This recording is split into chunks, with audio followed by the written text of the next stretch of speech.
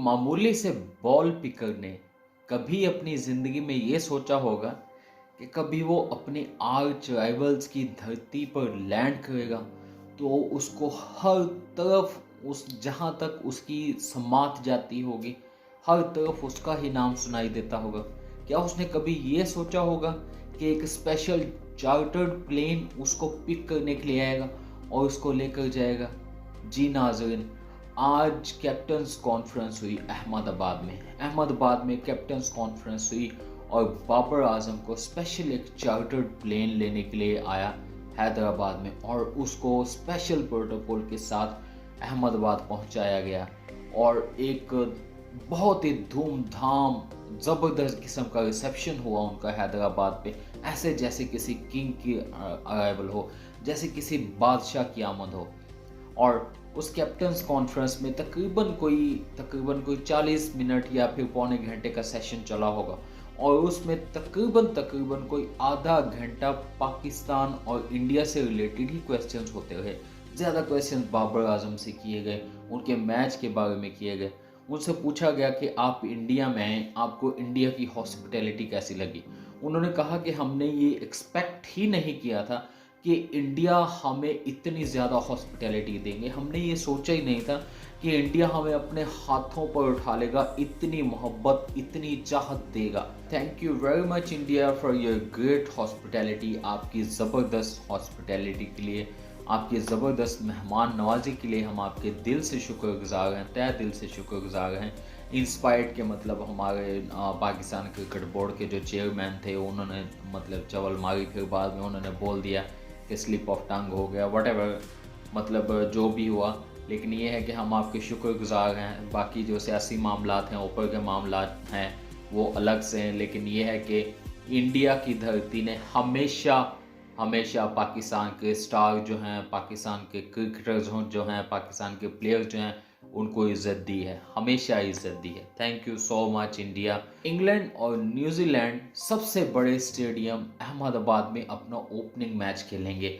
वहाँ opening match भी अहमदाबाद में होगा, पाकिस्तान और इंडिया के मबैन मैच भी अहमदाबाद में होगा और फाइनल मैच भी अहमदाबाद में ही होगा।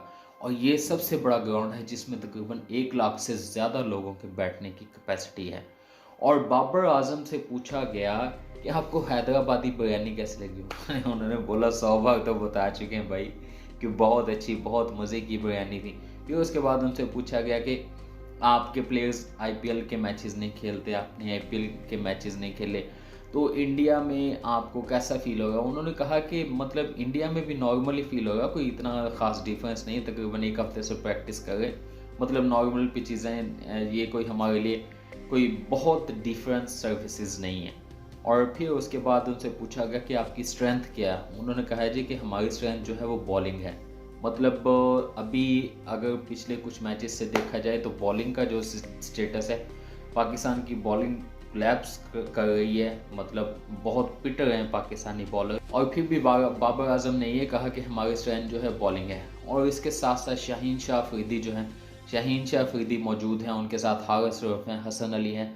लेकिन ये है कि शाहीन शाह अफरीदी के ऊपर समहाउ बर्डन कुछ ज़्यादा हो गया, क्योंकि पहले शाहीन शाह के साथ नसीम शाह बॉलिंग करते होते थे, तो एक एंड से शाहीन शाह बॉलिंग करते थे, दूसरे एंड से नसीम शाह बॉलिंग करते थे, तो एक कॉम्बिनेशन बना रहता था और एक दूसरे को सपोर्ट करते रहते थे। अभी शाहीन शाह का थोड़ा सा ये होता है कि उसका न्यू बॉल उसका हिलता है, वो अपना उनका न्यू बॉल हिलता है और उनको वो अपने वही पहले 3-4 ओवर्स में कामयाबी हासिल करनी होती है। तो अगर लेट्स से कि उनको अगर कोई कामयाबी नहीं भी मिलती तो उनके दूसरे एंड पे जो बॉलर होता है, जैसे लेट्स से नसीम शाह है, वो साथ में कॉम्बिनेशन के साथ रहेंगे तो वो एक दूसरे को मतलब सपोर्ट करते रहते हैं। लेकिन अभी नसीम शाह भी नहीं है तो शाहीन शाह के ऊपर काफ़ी मतलब वो जो रहेगा, अब ये नहीं पता कि उनके साथ कौन सा कॉम्बिनेशन रहेगा। और फिर उसके बाद मिडल ओवर्स 10 से लेकर जो 40 ओवर्स हैं, ये बहुत ख़तरनाक हैं, क्योंकि इसमें 5 फील्डर अंदर रहेंगे और चांसेस रहेंगे बैट्समैन को हर लिहाज से एक एक जगह पे तो बैट्समैन के लिए बाउंड्री की जगह मिलेगी, तो इसमें स्पिनर्स के लिए थोड़ा प्रेशर रहेगा। स्पिनर्स ये है कि जितने भी अभी हमारे पास स्पिनर हैं, किसी ने भी इतनी लंबी क्रिकेट नहीं खेली और मोस्टली जो हैं वो T20 फॉर्मेट के स्पिनर्स हैं। T20 में जो है वो बैट्समैन खुद चांस लेता है बॉलर को हिट करने के लिए, स्कोर निकालने के लिए, लेकिन वनडे में बॉलर को चांस लेना पड़ता है। वनडे में बॉलर को चांस लेना पड़ता है विकेट लेने के लिए कि वो विकेट ले सके, बैट्समैन को अर्ज करे कि वो हिट करे और वो आउट कर सके। तो ये बहुत इम्पोर्टेंट है कि आपको मिडल ओवर्स में विकेट लेने के लिए जाना पड़ेगा, चांस लेना पड़ेगा और फिर अपनी बॉलिंग को स्ट्रॉन्ग करना पड़ेगा। क्योंकि इंडिया में आपको पता है कि बाउंड्रीज छोटी हैं, बैट्समैन की फेवर में विकेट्स हैं, तो थोड़ा क्रूशल रहेगा। फिर उसके बाद सिर्फ और सिर्फ अगर हम बाबर आजम के बारे में सोचें कि बाबर आजम ही टीम को सपोर्ट करेंगे, बाबर आजम ही रन्स करेंगे, लेट्स से बाबर आजम बहुत अच्छी फॉर्म में है, बाबर आजम रन्स करेंगे, लेकिन उसके साथ साथ रिजवान को भी स्कोर करने पड़ेंगे, उसके साथ साथ जो ओपनर इमाम उल हक हैं उनको स्कोर करने पड़ेंगे। फ़खर ज़मान एक बहुत बड़ा एसेट है। फ़खर ज़मान मतलब ये है कि फ़खर ज़मान एक ऐसा बैट्समैन है जो डिफरेंट तरीके से क्रिकेट खेलता है। वो तकरीबन उसके अंदर कैपेबिलिटी है कि वो तकरीबन एक ओवर में 8-9 रन या फिर 10 रन ऐसा लेकर चल सके। अभी इमाम उल हक, रिजवान और बाबर आजम जो है, इनकी खेलने की टेक्निक थोड़ी डिफरेंट है, इनको स्टार्ट लेने में थोड़ा सा टाइम लगता है, लेकिन फ़खर ज़मान किसी भी सिचुएशन में मतलब इतने वो कर सकते हैं।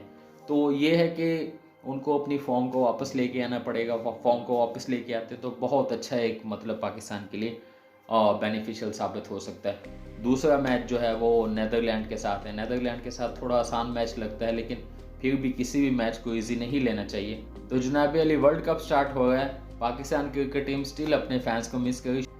शोएब अख्तर ने कहा था कि जब पाकिस्तानी क्रिकेट टीम ग्राउंड में उतरेगी तो उनको अकेलापन महसूस होगा, लेकिन बाबर आजम ने इस बयानी को निगेट कर दिया। उन्होंने कहा कि इंडियन फैंस जो हैं वो पाकिस्तान की सपोर्ट करते हैं, हमें मोहब्बत मिलेगी और हमें यही उम्मीद है कि आगे भी मोहब्बत मिलेगी, और अगर पाकिस्तानी फैंस आ जाते तो और भी ज़्यादा मज़ा आता। उन्होंने इस चीज़ को बड़े अच्छे तरीके से हाईलाइट किया, वीज़ास के इश्यूज़ को हाईलाइट किया और फिर ये सारे मामला को हाईलाइट किया। Loving world cup, keep loving cricket, keep loving sportsman spirit, और जो अच्छा खेले उसको अप्रिशिएट कीजिए।